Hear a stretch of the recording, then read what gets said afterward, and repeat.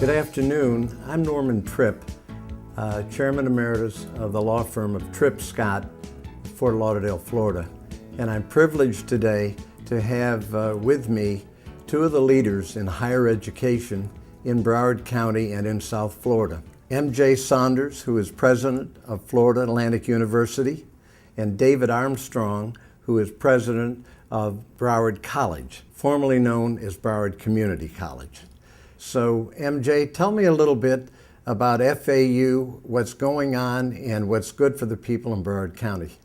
Well, one of the most exciting things is this is our 50th anniversary year. So we're looking back at a half century of accomplishments and looking forward to the next half century of serving folks down here in South Florida. One of the most exciting things that we have to talk about is the fact that we now have an independent medical school. It'll be opening in fall 11. We're accepting our first class, and we had 1,500 applications for those 64 slots in the medical school. So we're excited about the interest in the medical school and what it's going to mean for the whole community. I know you have a terrific oceanographic school. Can you tell us a little bit about that? One of our oldest PhD programs was in ocean engineering, and one of the first in the country to specialize in that area. And just this year, we were named a national center for ocean engineering, looking at alternative forms of energy that you get from either the ocean currents or the thermocline in the ocean. And that's located down here in Dania Beach in Broward County. So that's been one of the programs that's been one of the top programs for our university for many years. We, of course, have a wonderful School of Accounting, and we have students that do really, really well in the National Accounting Exam. Our Public Administration program has been named one of the best in the country, and that's located down here on our Fort Lauderdale campus. Tell me the size of the Fort Lauderdale campus. I understand it's growing dramatically. And you share that also with Broward College, right? We do. We actually have 3 campuses in Broward County. We have Dania Beach, which specializes in ocean energy. We have the downtown campus, which has programs as diverse as architecture and social work and public administration and graphic design.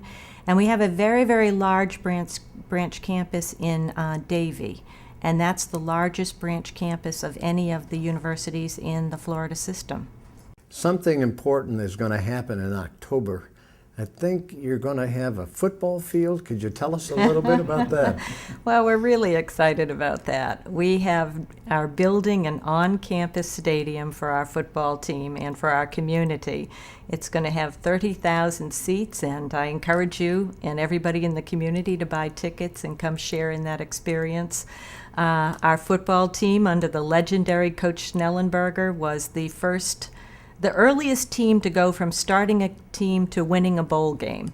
And so we're very supportive of that as something that builds a traditional campus and builds a lot of community and school spirit. David, I've known you since I served on the State Board of Community Colleges when you were our leader, and you have just a wealth of experience in the state college field. Tell us a little bit about Broward College.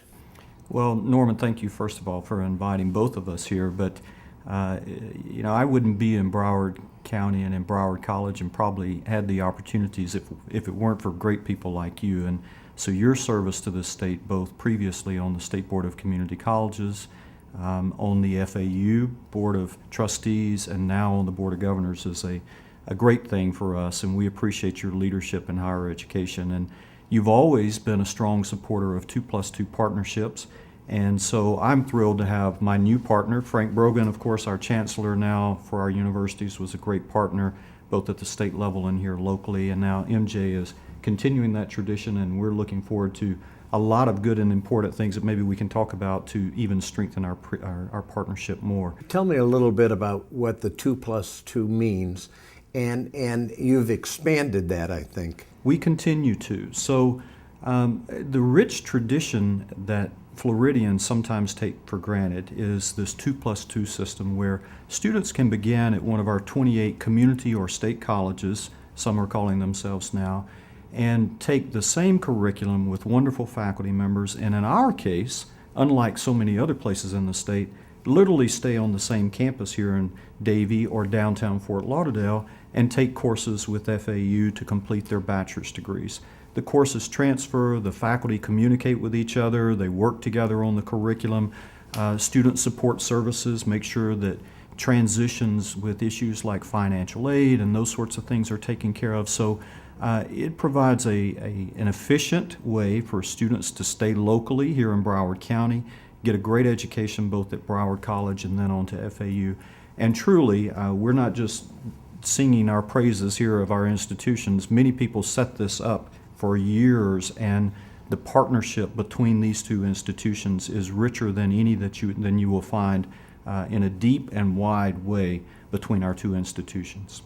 Tell me a little bit about your diversity. I understand there's some special things that happen at Broward College. You know, diversity in every way, Norman. We just had a recent graduation ceremony, and you'll see grandmothers graduating with their daughters and sometimes even granddaughters walking across the stage together. It's part of what community colleges do with an open door policy where we take people in where they are and give them an opportunity. Diversity in programs. We have most of our students are working toward a bachelor's degree in something. So they'll take their first 2 years and then move on to FAU and other universities around the nation, actually.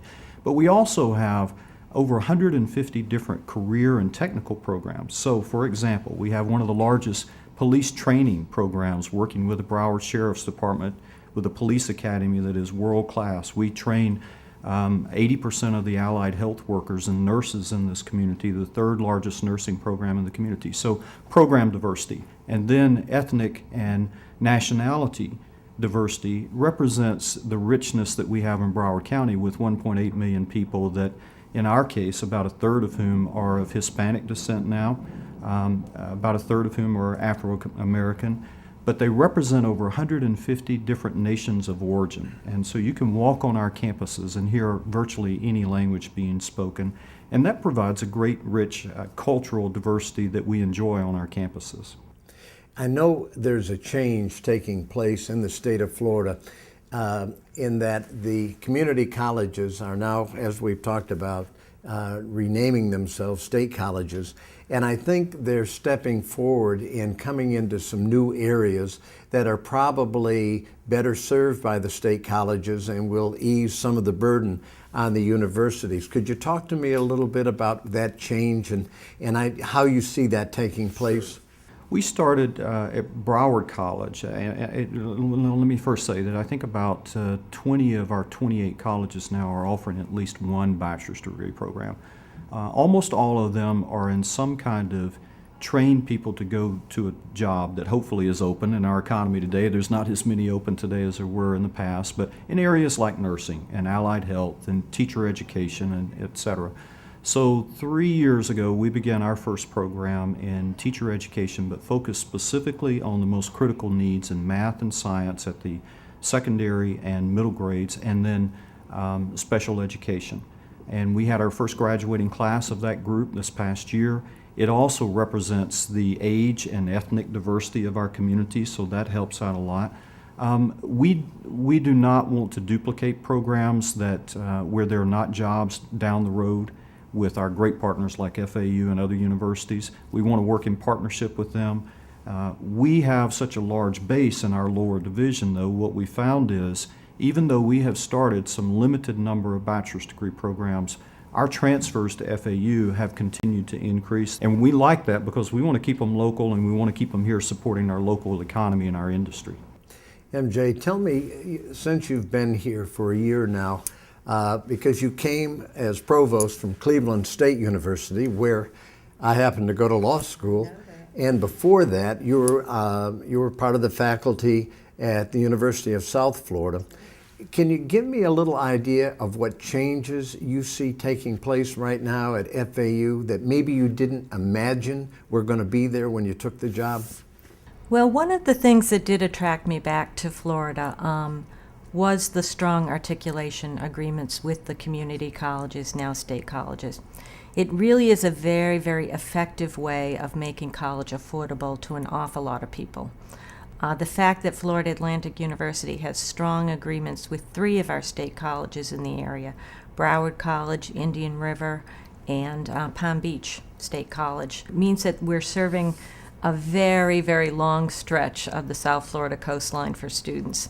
The change to state colleges is one that's new. And so I think we're working our way through how to best make that serve our citizens, not duplicate programs, focus on our graduate programming, continue to strengthen the ties between the state colleges and the universities so the students still have that capability to move between institutions, have their courses accepted, and get a degree in a timely fashion. So I think that's one of our goals. The one thing that's happening now in the state is it's becoming more and more expensive to go to a college, to go to a university. Can you talk to me a little bit about the advantages that these students in our area can have by using both of your institutions to help themselves get that degree, but be able to afford it and not come out of a situation where they owe $100,000 or $150,000 in program cost? Well, I'll start with this, and MJ, I'm sure, has some wonderful examples. I'll say first that Florida is still very affordable compared to the rest of the nation. It might not seem that way to local residents in Florida who see tuition going up every year. The fact of the matter is the legislature just hasn't had the money to fully fund the growth and expansion of programs that we've had with medical schools, but just numbers of students that we've enrolled in both of our systems. And so they've had to pass more of the buck off, and they don't like it any more than parents do, I'm sure, to parents and students. I will tell you, Norman, when you were on our State Board of Community Colleges, you probably remember that our community colleges received about 75% of our operating budget funding from the state of Florida. We are about to approve our new operating budget for Broward College, and less than 50% of our operating budget will come from the state of Florida. The rest will come from tuition. That being said, it's still affordable, but not for everyone, and we know that. And so even during the last couple of years with budget cuts, we've worked very hard to supplement our support of student services and financial aid support to our students, both out of our budgets, but also with staff who first and foremost help those students fill out their federal financial aid form, get them qualified for need-based financial aid. And so we've helped a lot of students provide a safety net so that they can continue to school and get an education and a good job to provide for themselves and their families. And this program that MJ talked about includes helping students being able to transfer not only their credits, but also their ability to have financial aid and move on into our university. All the information we have says that the Florida university system is still the second least expensive in the country. In other words, 49th of 50 states in cost of going to a university. So we're proud of that, and it is something, again, which I think is wonderful about Florida, that the legislature has recognized the importance of education and has funded it. We are in a situation where more of the costs are being put on the individual or on the family, and we're very aware of that. We're constantly looking for ways to raise philanthropic dollars for scholarships, to write for grants that will support students in school. So we're spending a lot of time and energy in making sure that students get the aid they're qualified for, putting together attractive packages for them, and helping them to get the degree that they want. Well, I appreciate your coming. We're really, really lucky in Broward County that we have such great institutions, and of course the leadership is just outstanding. I say that because I know you both personally, and the people of Broward County have been served well by you. Thank you for coming by, and I say to everybody in Broward County, keep your kids home. They'll get a great education. Thank you.